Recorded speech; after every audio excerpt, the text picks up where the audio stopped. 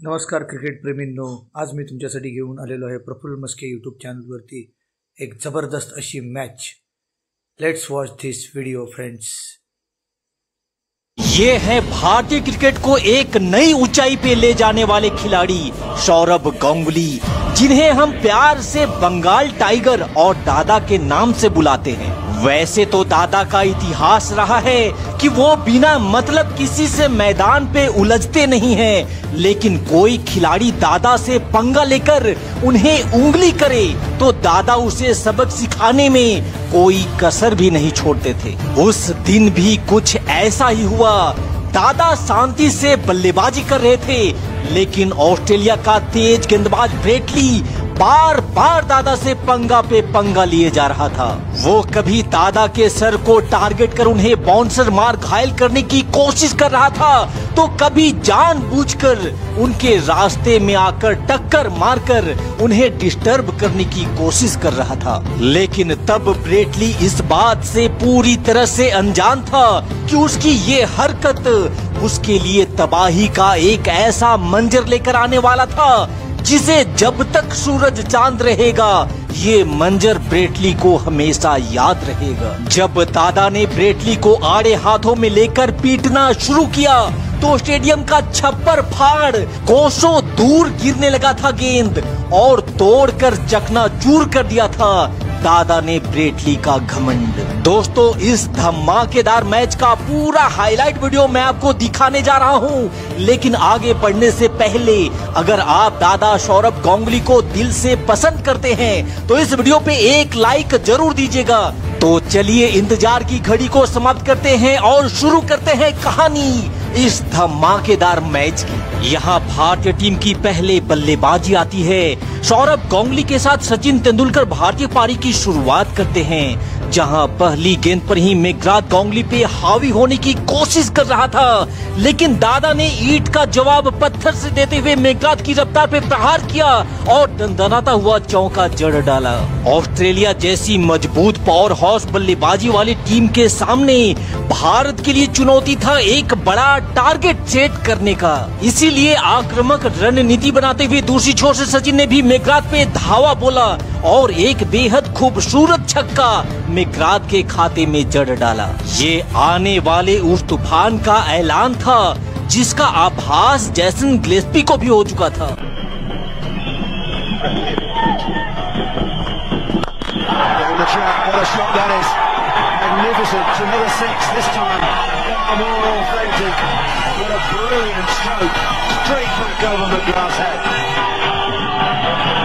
That's the prodigious talent.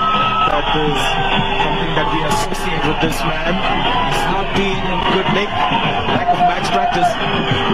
This is one way of getting some match practice and some adrenaline get Meghraj की अगली गेंद सचिन ने room बनाकर इस बार डाउन द ट्रैक गेंद को हवा में लहरा कर मारा है। कमान से निकले तीर की तरह गेंद जा पहुंची है वन बाउंस सीमा रेखा के बाहर।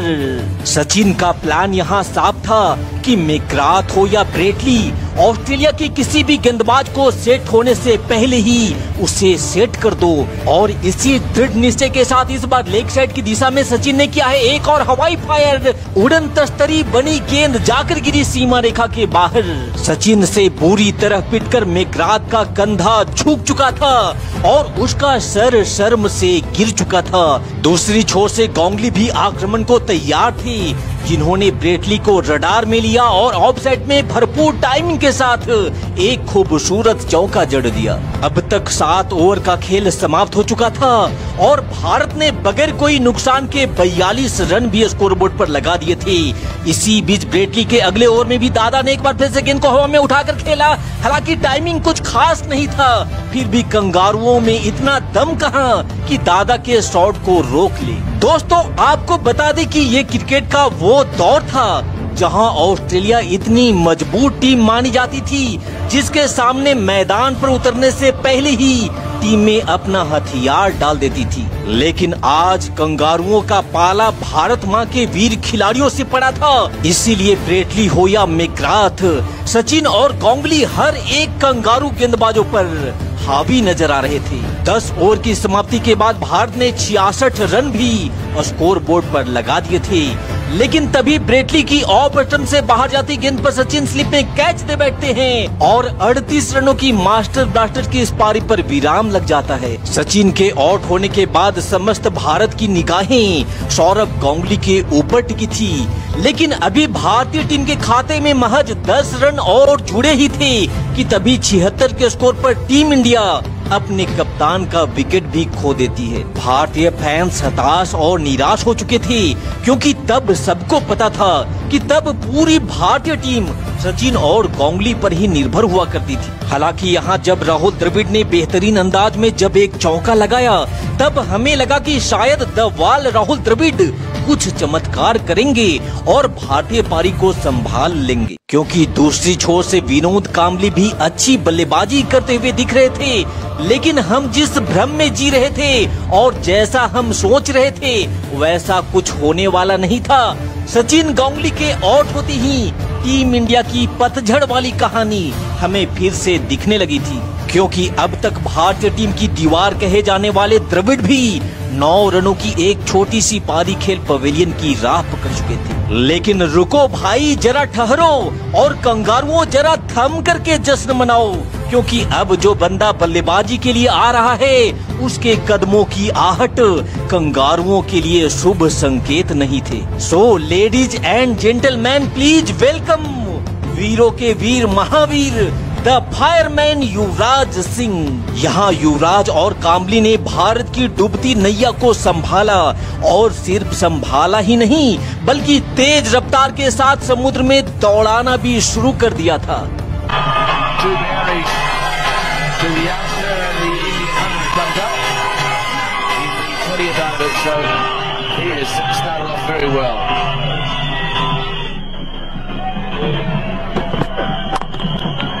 Shot. Just placed between two of them. Might get 3, they will. In fact, they get 4.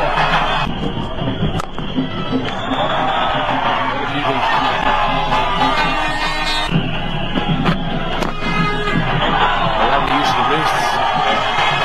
Yes, we thought that it's going out a little wicket. And with the use of the wrists and maybe behind square. हालांकि विनोद कांबली भी ज्यादा देर तक युवराज का साथ नहीं दे पाते हैं।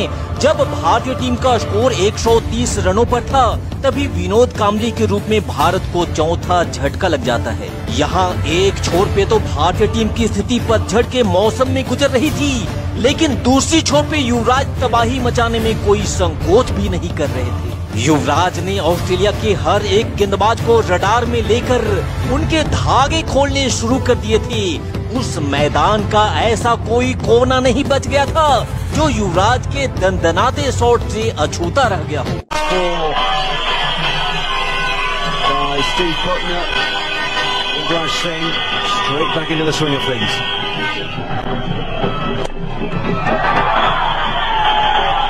That's picked up quite beautifully by Yuvraj. This is a good over for India. 10 from it. 163 score. Edge dropped.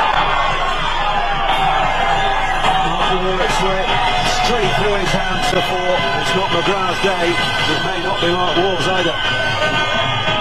यहाँ देखते ही देखते युवराज ने ताबड़तोड़ अंदाज में पहले अपना अर्धशतक पूरा किया, और उसके बाद वापस एक बार फिर से युवराज कंगारू गेंदबाजों की खातिरदारी में लग जाते हैं।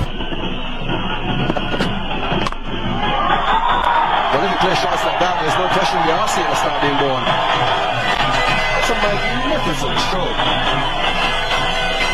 दूसरी तरफ पतझड़ वाली कहानी भी जारी थी। रॉबिन सिंह भी 19 रन बनाकर आउट हो चुके थे, लेकिन युवराज अभी भी भारत माँ की आन बान और शान के लिए अपनी जी जान लगाए हुए थे। This is an exhibition of batting which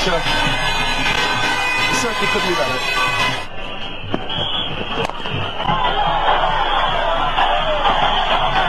Tremendous time again. He's on a roll here. Yuvraj.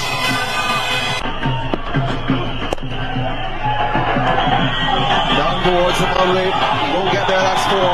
It's 12-4 for Yuvraj.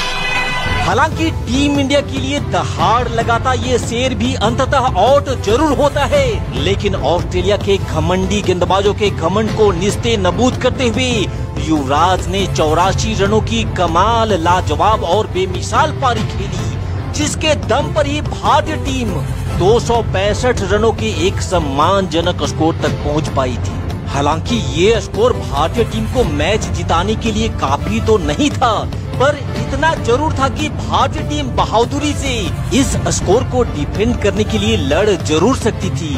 Australia की बल्लेबाजी शुरू होती है।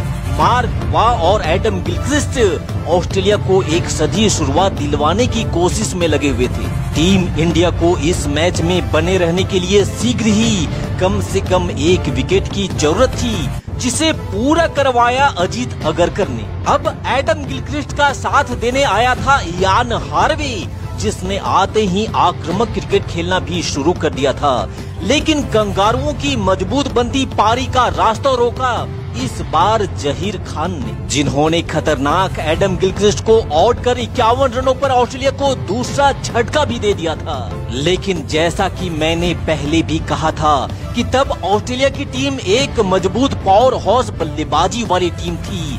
एक जाता तो दूसरा आ जाता। यहाँ इयान हार्वे के साथ मिलकर रिकी पॉन्टिंग ने एक बार फिर से ऑस्ट्रेलिया की लड़खड़ाती पारी को संभाल लिया था, लेकिन कंगारुओं की किस्मत पे एक बार फिर से पानी फिरने को तैयार थे युवराज सिंह, और इस बार तो उड़ता युवराज बनकर क्या कमाल का कैच पकड़ा था युवराज ने। अद्भुत, अविश्वसनीय। आपने कैच तो बहुत देखा होगा, लेकिन इसका मुकाबला कुछ और नहीं। भारतीय टीम जानती थी कि हमारे पास डिफेंड के लिए स्कोर ज्यादा नहीं है, इसलिए टीम इंडिया का हर एक खिलाड़ी अपना पूरा एफर्ट और जी जान झोंक चुका था। भारतीय खिलाड़ियों का ये हौसला और समर्थकों का जोश, जिसके आगे ऑस्ट्रेलियाई बल्लेबाजों ने अपने हाथ खड़े कर सरेंडर बोल दिए थे। ऑस्ट्रेलिया की पूरी टीम महज 245 रनों पर ही सिमट जाती है और भारत ने 20 रनों से इस मैच को जीतकर भारतीय टीम का सर गर्व से ऊंचा कर दिया। टीम इंडिया के इस जीत के सबसे बड़े hero, man of the match रहे युवराज सिंह के लिए इस वीडियो पे एक लाइक जरूर दीजिएगा। Thanks for watching this video. जय हिंद, वंदे मातरम।